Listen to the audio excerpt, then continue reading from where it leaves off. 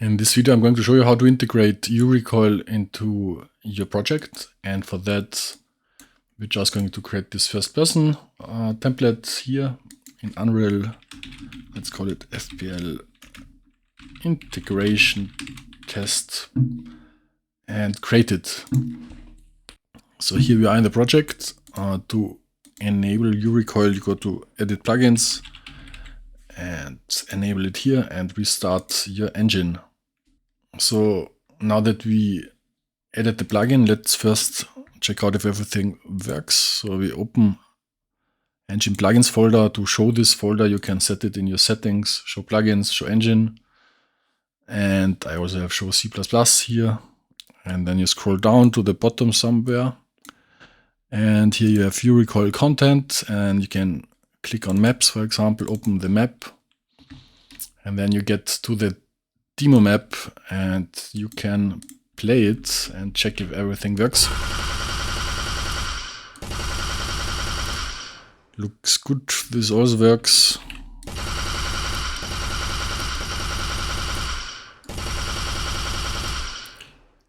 Nice. So here that you have the demo, you can check some stuff out from the demo if you want, how it has been implemented here. But in this tutorial, we basically start from zero. So we open the first person map. Let's see if this also works. So this is the sample project where we are going to add uRecoil 2. And to do that, we open the first person character. And we say add uRecoil. So we add uRecoil to our main character, in this case our first person character. Save this, and if you check this out, there's a lot of stuff that you can configure here. We are going to go through that, but first let's open the weapon script of this project. So if you get this weapon here, this component is going to be attached, and this has the logic to shoot. And we are not going to worry now how the shooting is being implemented, because this is not the best way to do it. If you want a better way, check out the demo of uRecoil. It also has this component, but with a better implementation. But for the sample, that's fine. So we get the first person character here. And we said get uRecoil here on the bottom. And we say add recoil. And for that, we need some time to add. And usually I do it like that. I add the time for 0.1. And in this case, I'm not going to show you how to configure your weapon to have different data. Like, for example, as you see here, there's some data configured here and here and so on, specific to the weapon, or that in general should be specific to the weapon. Right now it's defined in the component to get started, and this is what I'm going to use right now. But if you want a weapon system where you define this in the weapons and want to apply it to the uRecoil component, please check out the implementation from the sample project of uRecoil, this sample project here that I just showed you before. So let's move on. So we add here the recoil, right? And let's see what happens just by doing that. So we already got this camera shake here through this. So if I disable it, let's see how it's with it disabled. Very static. Enabled, you already get a little bit of magic that makes it feel good out of the box. But we are going to configure this, of course.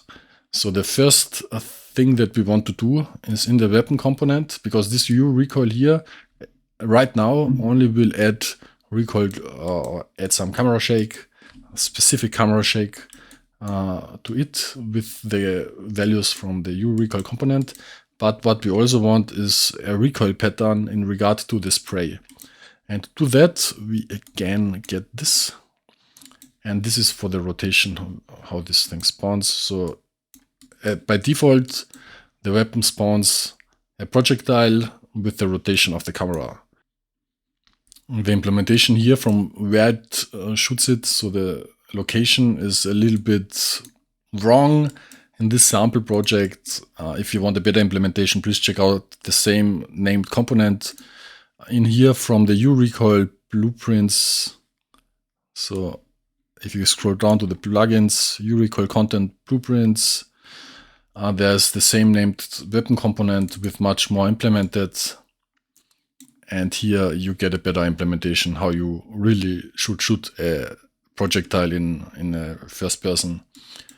But yeah, in here we just use what we got because that's for this tutorial. So we convert this to quaternion and then we say multiply. And here we want uRecoil and we want to get pitch and yaw angles and we break this up. So what this is the projectile recoil pitch and yaw that we want to apply specifically to the spawn projectiles to have this offset from your aiming target, from your crosshair, basically. And in here we say make rotator, and in the rotator we say pitch and yaw, because here pitch yaw, it's XY. And that's why we want it here pitch yaw. And then we say to quaternion, set it here, and then we use this rotation instead. So instead of the camera rotation, we now use this rotation and we apply it. And at first, if you set this up like this and you shoot, you almost see no recoil. This is due to the settings in some way. So we go back here and we set something up. But before we do that, just to finish off what you need to add to make everything work. So this here, let's comment this projectile recoil. So this is what you add here, and here we have the general recoil for uRecoil system. So and here to finish it off with the code that is needed, because it's these three things basically that you need. We take here uRecoil and we say counter camera shake recoil reset at end. This is a specific behavior where you can counter the reset behavior of your recoil at the end. So if you use your mouse to counter the recoil, it's going to apply a reset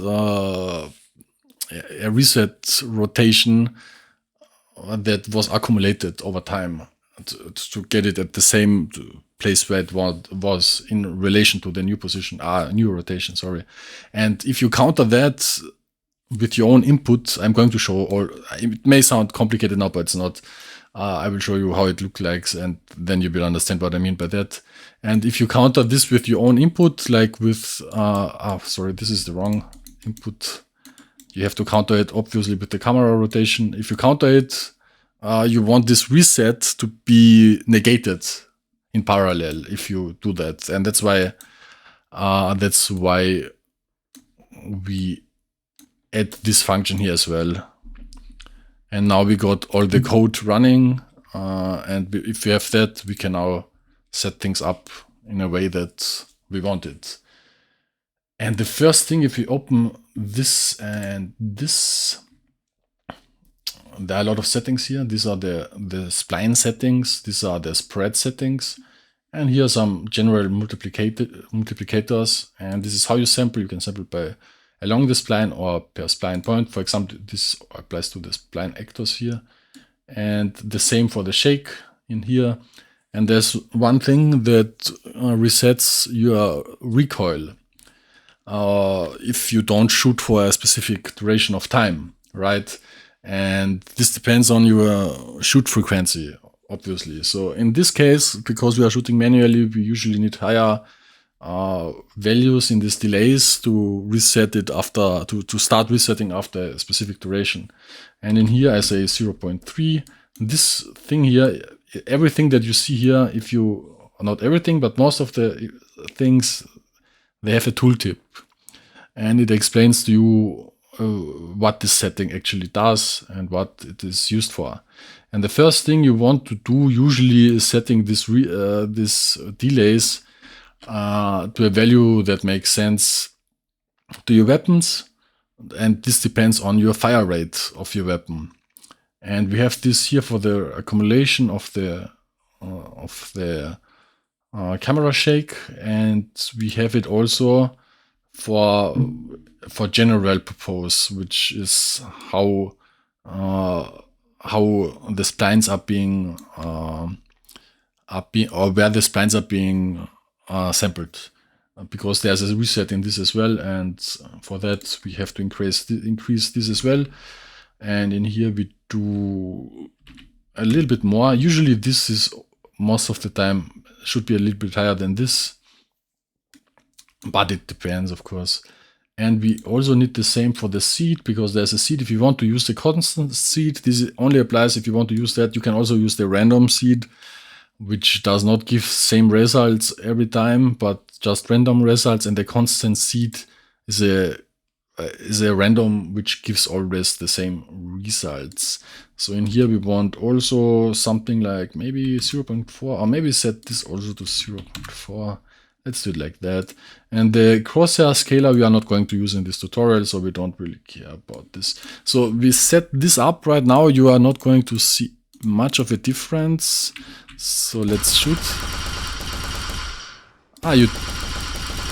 You do start seeing a difference. So it accumulates this shake behavior, and then it resets it, as you see. So if I shoot and if I counter, it's not going to reset much, because it counters, or it negates the countering.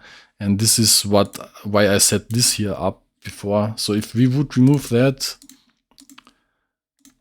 and if I shoot and if I counter the shooting, did you see how my weapon was pointing downwards? I will show again.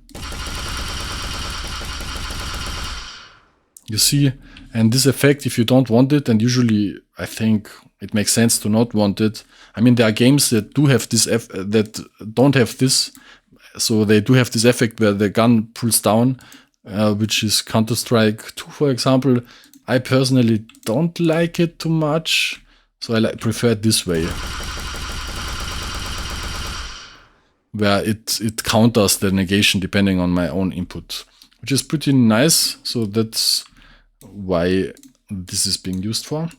And now let's create some settings, because this is why we make this tutorial. So let's go back here to blueprints of this project. Let's create a spline where we want to define our recoil, how it looks like, our recoil spray pattern. So for that we go to blueprint class and all classes, and here we search for uRecoil. And we just take the spline actor, we select it, and this is our blueprint. How should we call it? Spray pattern. Default, just some default pattern. And if you open it up, this comes with the spline. And there's some strategy how to set this up in the blueprint editor. And for that, first select this here. Put it to 0, so we have it in 1 point now. And if you go to perspective, if you click this here at the viewport and go to back, now we can move this, right? So let's move it here. And then if you hold Alt and drag, you can start creating a pattern. And let's create a pattern here. just to demonstrate, maybe let's put this like this. Just to demonstrate how you can set your pattern. Let's save this. So this is going to be our pattern, our spray pattern. It's selected here, right? And if we go to our first person character, we select uRecoil, and at first we just apply it to all three states. So we differentiate between idle, walk, and run in everything here. We do the same for the camera shake. So this is the projectile spray, and this is the camera shake spray behavior. And we use just the same pattern. You can use different patterns if you want, if you have some specific use case for that. I personally use most of the time the same pattern. And we save this, and let's see if it already works. Not much we can see here, so let's change something to see something more. So how we do that? We say, let's say that we always destroy this on hit. Okay, so even if it's false, we destroy it, right? We only apply the impulse if it's simulating physics, but we always destroy it. And if we destroy it, we say draw debug sphere at the hit location. And this we set to 5 or something like that. Duration we set to 10 maybe, so that we can have a look how it looks like.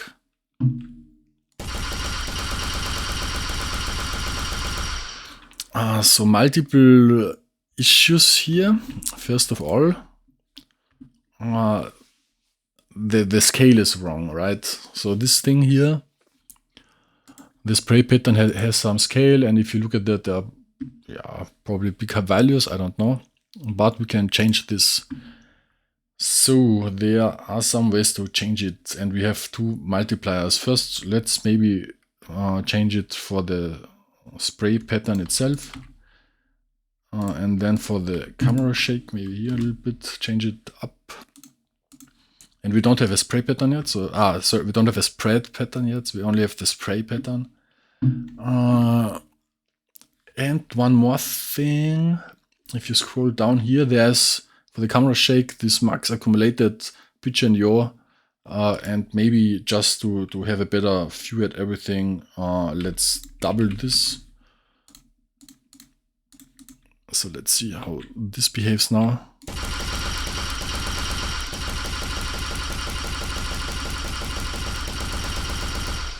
And then it stops to some point because I couldn't hold my mouse completely straight, but at some point here, when the spray pattern ends, there's some definition what it does. If it ends here, it repeats it, and here it does nothing because that's how it's being configured.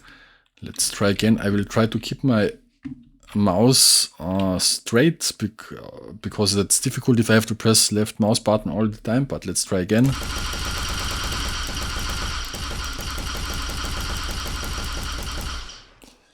So you get this pattern, right? And if you want to see if it ultimately works completely fine and everything, you would need to have this triggered thing here to be like an automatic weapon. And I'm not going to configure this, but as you see, this already works. And there's already some reset functionality. So if I shoot,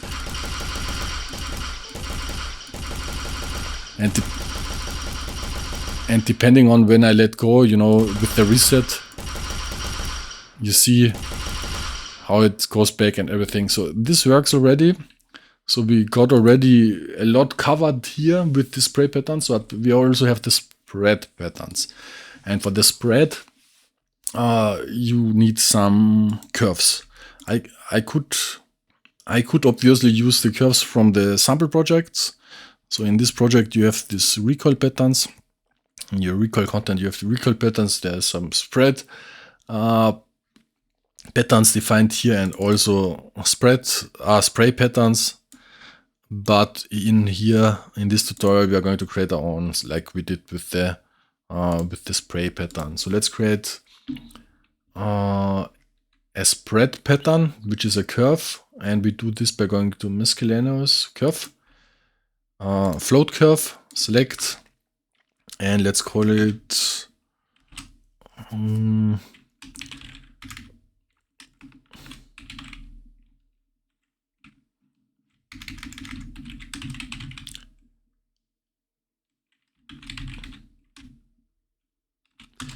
let's call it no spray start. So in the start function, it has no spray, but then it's going to get some spray. So let's add here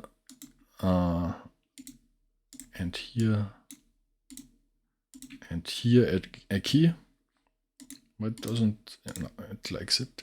So here in the 0, 0, let it be 0, then we have no spray for the first shot.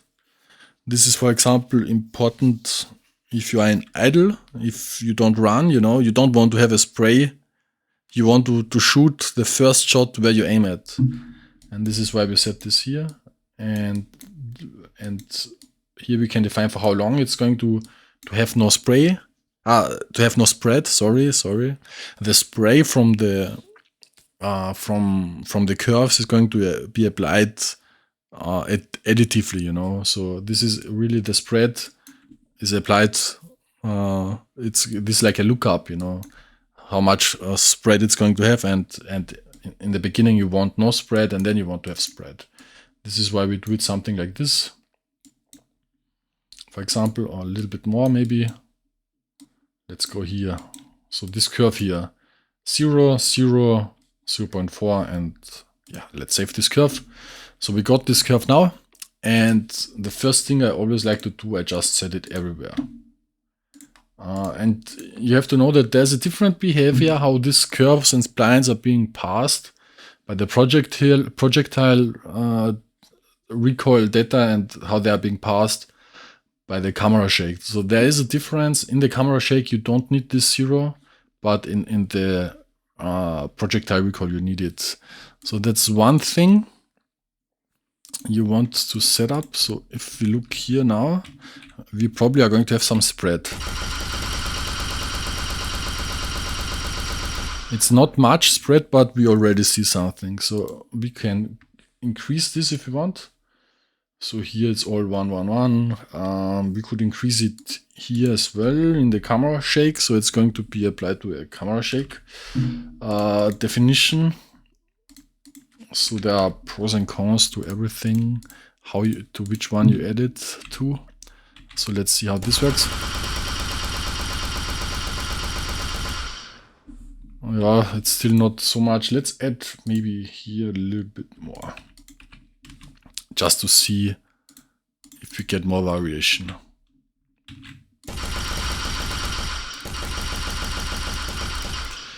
I have to... this shooting without an automatic weapon to show you something is really difficult.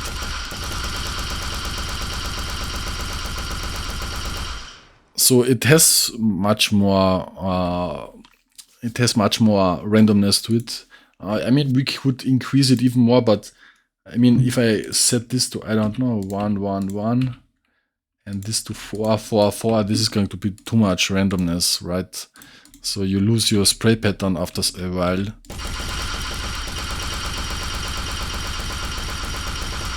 I mean, it's still fine. It's not even that bad. So actually...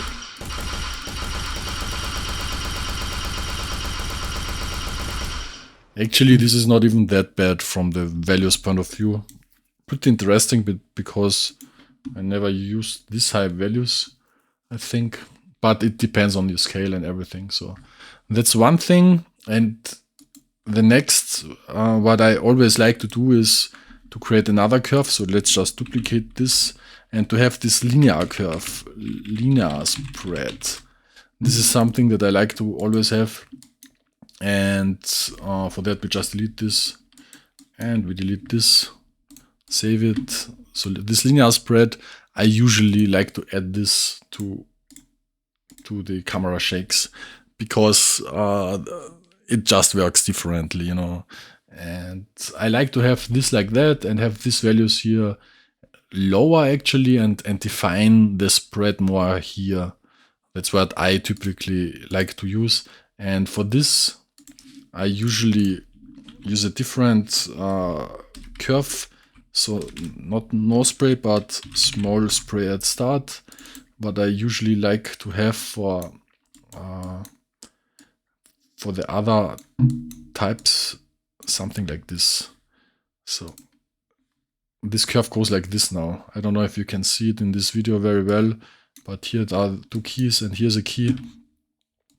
And if you select this, and in the uRecoil, I like to have this curve here and here, this small spray I want when I walk or run. And defining when what is being used is actually in the shared settings. So you can define where the idle, everything below 100 is going to be handled as idle. So this is the threshold for idle state. This is for walk. So in between, it's going to interpolate between the different states.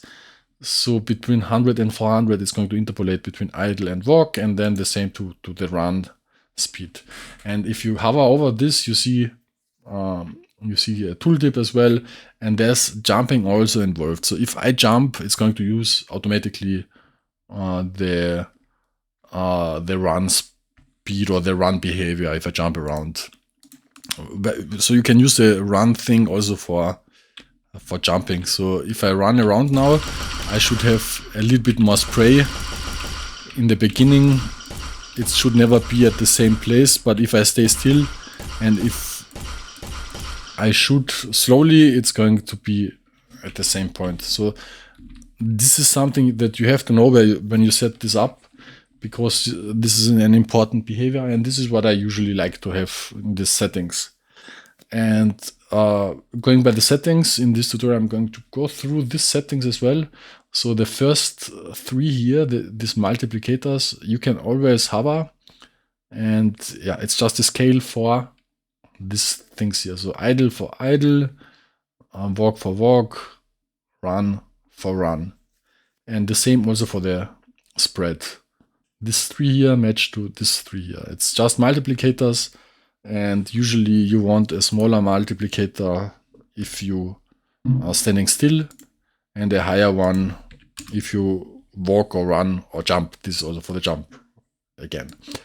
And that's what you usually use. And in general, I set this up with the speed thing. I configure it here in the recoil of the projectile. But if you want to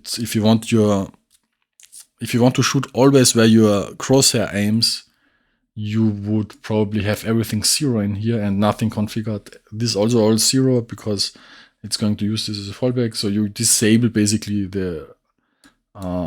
this recoil behavior, and you just use the camera shake behavior, which also can draw the pattern in its own way. And then you set this up here with idle, walk, run, and everything, you know. So you can configure this here. And usually I usually set idle, walk, and run at the same parameters and only change the spread depending on how fast you run. But you can do it however you want. You have here all the options to set it up however you want. And yeah, these are these parameters. An important parameter as well is going to be the time scale, because this time scale is multiplied to this here, to this add recoil, because I mean that's very useful to have. So here you can always set it to 0.1, for example, and in here, depending on your weapon, and if you set up different settings for different weapons, you can change the time scale, how these curves are being sampled. And this is what the time scale is for, and that's very, very nice to have. If you set it lower, it's going to make more samples. If it's higher, it's going to take less samples to go through this here. So you are going to go faster through all this curve. Repeat pattern just goes back to the origin and starts again. Repeat pattern here is going to have a different behavior than repeat pattern here, because this here is computed from the origin of your point of view, and then it's an offset from the origin. of the point of view of the camera, and it always increases. So if you want to use repeat pattern here, it makes sense to have some loop looking like pattern. And this is all in the samples, in the sample projects. You can have a look at that. And in here, it's always relative to the previous values of your rotation, and it just tries to go to the next. It adds the rotations additively. Let's call it like that. So you can easier use this repeat pattern without having some big moves in corrections. But usually you don't need these kind of things anyway, except if you have some weapon that has unlimited ammo, then you probably will need to set something up that is in a way that has a loop in it, you know. Yeah, this is that. Fallback, if you don't have anything here set up, this is going to be yaw, this is going to be pitch, and this is going to be the spread. In general, if you don't have something configured, here the same with the fallback down here. And there is some overshoot setting in the camera shake, and this is very, very important. I'm going to show you what this actually means with very important. First, let's do it to 2.5 to show you how it looks like. We got a lot of camera shake right now, right? And this is the juiciness factor, actually. This could be called juiciness. Because if I set this to 0, let's see how this looks like.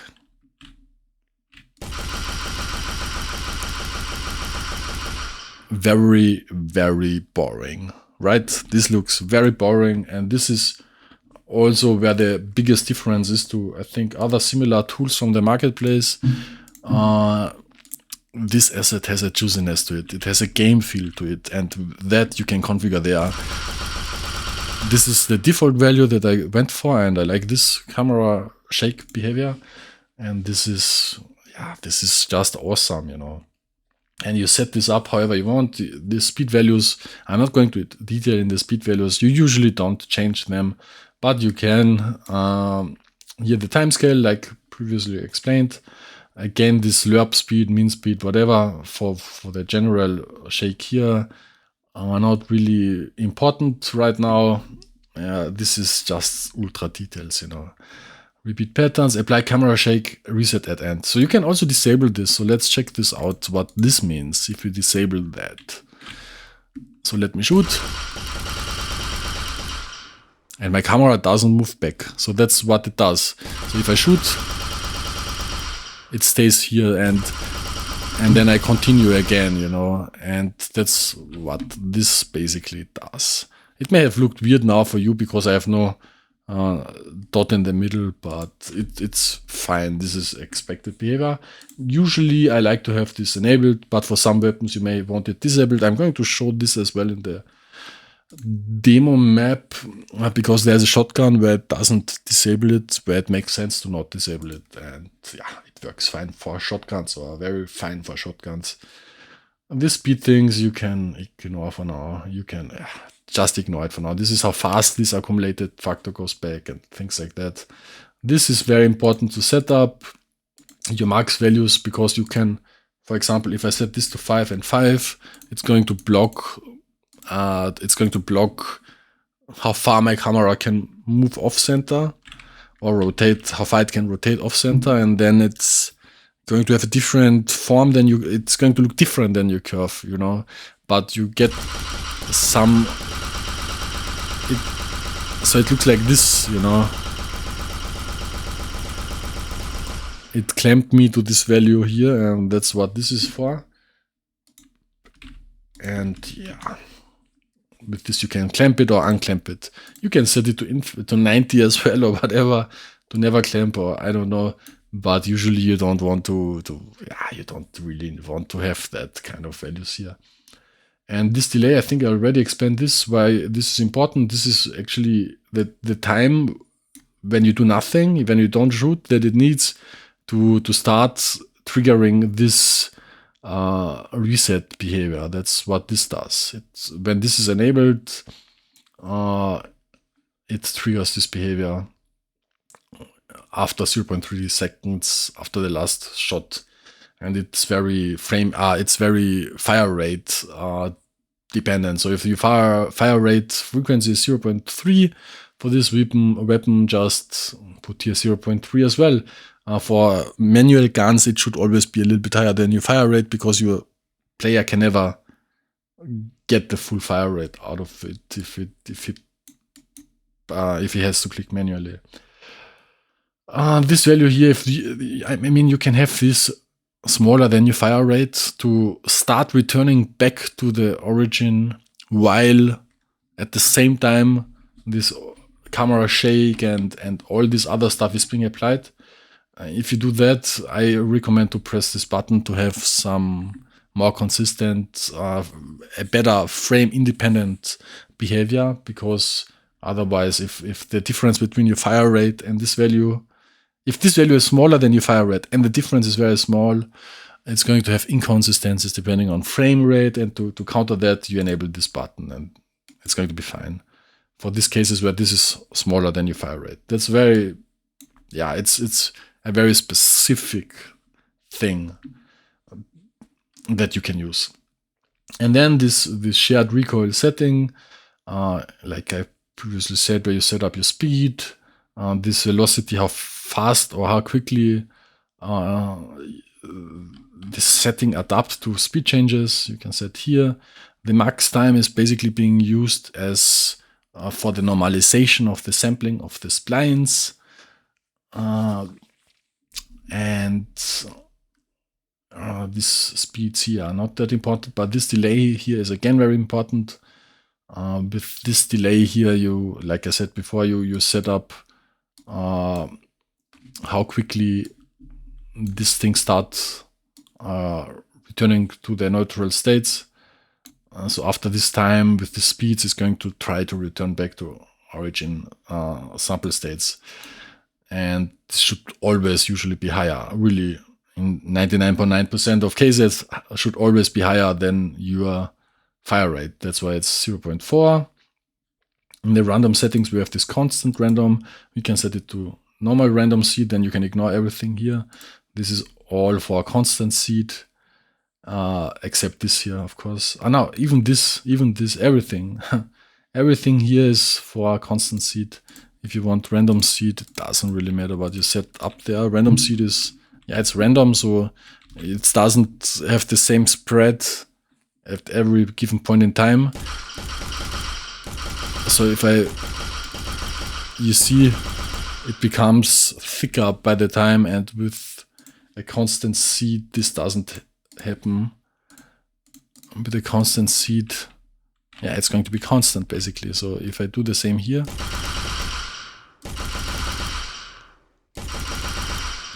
it's shooting at the same point. I just can't hold my mouse straight when I press the shoot button, but that's just me. And the Crosshair Scaler we didn't use at all. That's why I'm not going to explain this here. This is something additionally that you can use, and you can set up, and you can, I can show you how you can read from it, but not in this project. So that's this project, how you can set it up. So that's it for this tutorial actually. But I'm just going to show something in here. In addition, in this sample project, the gun that I was talking before, this shotgun, which is manual, it doesn't reset back to this, And here I have this. Actually, this is much easier to explain because I have the crosshair here. But this is one gun that I wanted to show you.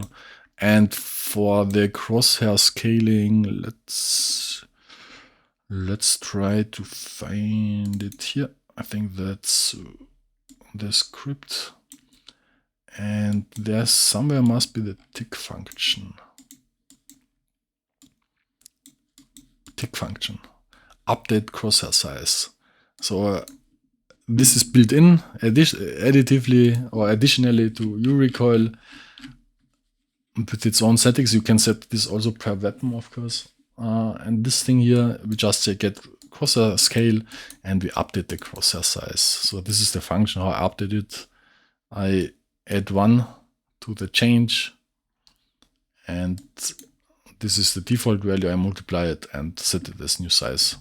That's basically how this here is being scaled. You can have a look at this, how I configured this panel here. If you want it in your game, yeah, this is how you can do that.